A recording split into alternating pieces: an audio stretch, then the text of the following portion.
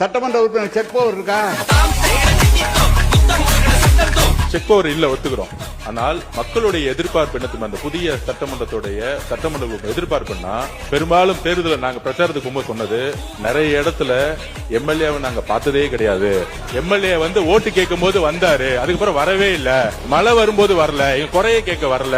ஏன் தொகுதியிலேயே அது இருந்துச்சு, எம்எல்ஏ ஆபீஸ் கூட இல்லன்னு. அப்ப மக்களுடைய எதிர்பார்ப்பு என்னன்னா, சட்டமன்ற நாங்க தேர்ந்தெடுக்கப்பட்டு எங்களுடைய கோரிக்கையை நிறைவேற்றுவது எங்களை வந்து முதல் பாருங்கன்னு சொல்றாங்க. இது வந்து ஆடம்பரம் கிடையாது. இது அரசியல் ரீதியா நம்ம வந்து அமைச்சருக்கு எப்படி வந்து மூத்த உறுப்பினர் சொன்னாரோ அது வந்து அரசே கொடுத்திருக்க. சட்டமன்ற உறுப்பினர்களுக்கு இது ஆடம்பரம் கிடையாது. ஒவ்வொரு சட்டமன்ற உறுப்பினர் மக்களை போய் சந்திக்க வேண்டும் என்ற எண்ணத்தில் தான் மாண்புமிகு முதலமைச்சர் இந்த காரை வந்து அனௌன்ஸ் பண்ணியிருக்காரு.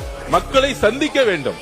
சந்திக்கும் போதுதான் அனைத்து டிபார்ட்மெண்டோடைய ஒவ்வொரு ஆபீஸ்க்குள்ள போய், இப்ப நீங்க வந்து உள்ளாட்சி துறையெல்லாம் ஆபீஸ்ல உட்கார்ந்துட்டு ஒரு சட்டமன்ற உறுப்பினர் கேள்வி கேட்கும் போது அது அதிகாரிகள் உள்ளபடியே ஒரு பயம் வரும். இல்ல வீட்டுக்குள்ளேயே உட்கார்ந்துகிட்டு நம்ம வந்து ஒரு அரசியல் செய்ய முடியாது. மக்களுடைய தேவைகளை ஒவ்வொரு தெருவா செய்யணும்.